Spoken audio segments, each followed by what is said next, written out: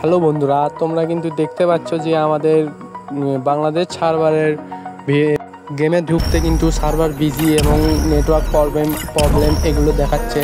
এর কারণ হচ্ছে কিছু কথা বলবো, তা তোমরা মনোযোগ সহকারে ফুল ভিডিওটা দেখবে। আমারও কিন্তু দেখতে পাচ্ছ যে ভিতরে ঢোকা যাচ্ছে না, কারণ এই যে সার্ভার বিজি এবং এরর দেখাচ্ছে। কারণ তারা হয়তো কোনো বড় ধরনের আপডেট নিয়ে আসতেছে।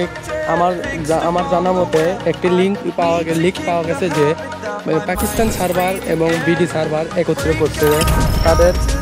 তাদের এই অ্যাড করার জন্য হয়তো আমাদের এই সমস্যাটা হচ্ছে, কারণ তারা অনেক বড় করে বিডি সার্ভারকে বড় করতে চাচ্ছে এবং আমাদের সার্ভার তিনটা বাংলাদেশ নেপাল আর পাকিস্তান তিনটা সার্ভার একত্রে করতে যাচ্ছে। এই জন্য হয়তো এরকম করতেছে, নাহলে বড় কিছু আনতেছে, কিছু না কিছু হইতেছে, এই জন্য এরকম হইতেছে।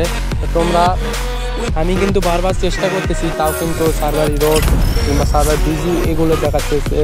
আমি দুপুর থেকে রিপোর্ট মারতেছি, তাও কিন্তু এরকম দেখাচ্ছে।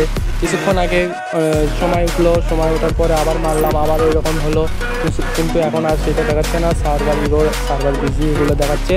তো তোমরা কেউ টেনশন করো না, তোমরা আইডি কোনো ব্যান হবে না, কিছু হবে না, সব ঠিক হয়ে যাবে।